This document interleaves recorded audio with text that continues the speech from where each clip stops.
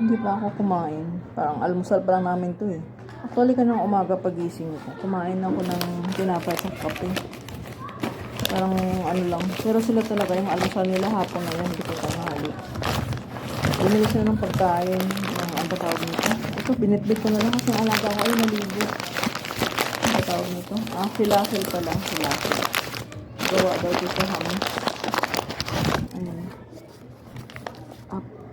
Apat na yung laman. Binitbit ko na kasi gutom ako at madala din akong tubig. Ang init-init. Yung alaga ko naliligo. Hindi mo. Hindi ako. Yung mga bata naman nagbibilad sa araw. Ako naman ito nagtatago sa lilim.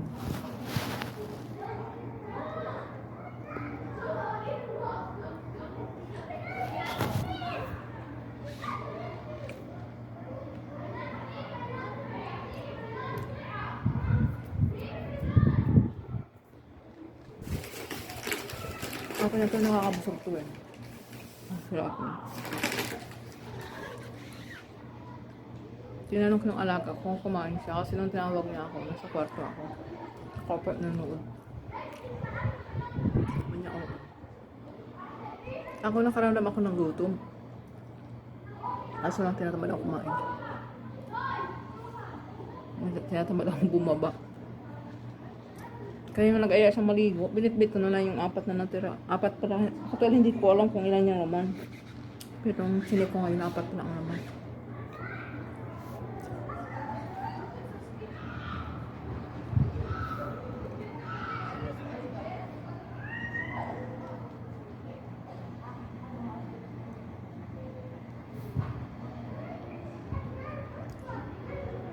Grabe itong mga bata. Init, alas 12. Mula sa bahay, mula dun sa A5 kasi A-B ang CN building. Dito nagsimang anak ko sa alaga ko sa dulo sa A26. Actually, meron man malapit sa akin. Mula sa bahay, pangatlong bahay, tapat na ng swimming pool. Pero mas pinayaan dito sa dulo maligo. Kasi dumating kami dito naglakad yan siguro mga 3 minutes or 4 minutes.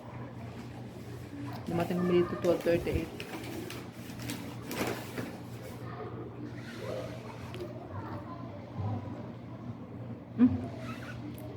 Kompleto na yung alaga ko. Ay, yung kalaro ng alaga ko. Yung dalawang lalaki. Hindi sa umuwi. Siguro mag-CR naman yun. Kasi kauwi lang yun. Narinig ko sabi niya mag-CR daw siya. Hindi ko napansin yung isang batang kalaro niya. Dito din pala. Ano.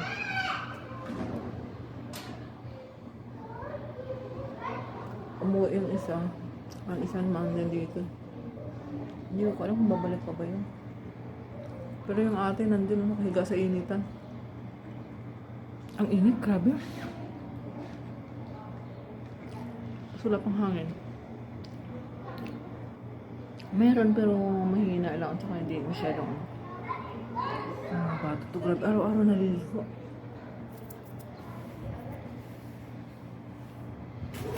Ang baang niya akong tubig.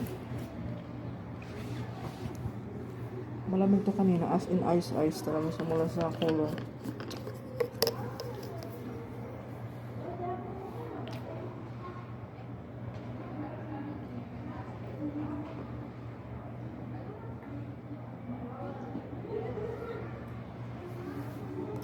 Yung ate ng alaga ako, ayaw ako maligo. Kasi kung maliligo siya, hindi ko to sasamahan. Kasi ang init-init eh.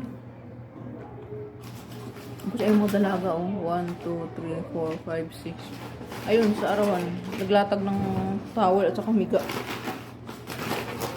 Yung usually yung ginagawa sa beach, nagpapa-araw, nakabilad sa araw. Ayun. Huwag na.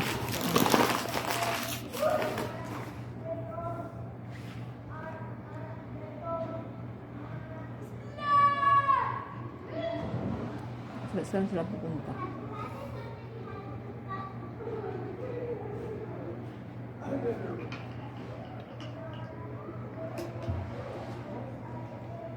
Mas okay na ako dito sa kabilang dulo.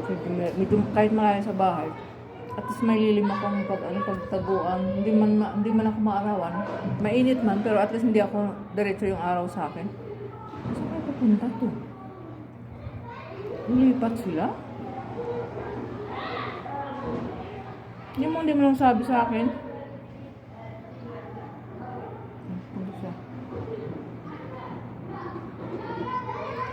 Yes? Where you going? Huh? So I wait here? I wait here? Okay, go there. I follow you. Let's go. I follow you. No, stay here. I'll come back. Okay.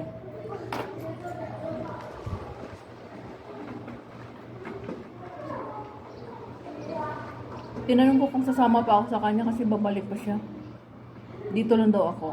Ay, oo daw. Tapos sabi ko, sigurado ka?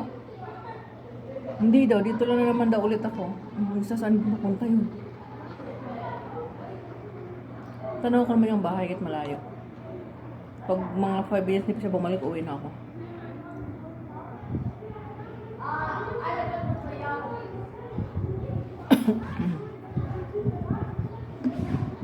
CR din daw siya. Magdudumi siya.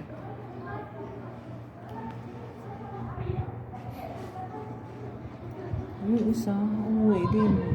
Pero yung drifter, ando sa tapat ng bahay, yung kalaro. Iwan ko itong isang batang lalaking kalaro niya. Andyan pa, naglalakad pa uwi sa kanila. Sabi niya, lilipat sa kabilang pool. Yung anak ko uwi. Titingnan ko muna siya. Pag lumabas ulit ng bahay, papunta rito o pupunta dun sa kabilang pool. Kira ko naman siya. Excuse me. Ang init-init naman kasi. Ilang ba ngayon? Alauna pa lang. Tapos, anong tindi ng init ngayon? Basta mainit ngayon.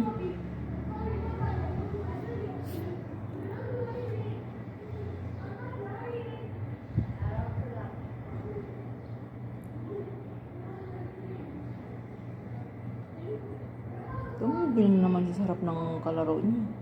Kasi isang kalaro ay lumabas na rin. Pabalik dito. Isang kalaro niya.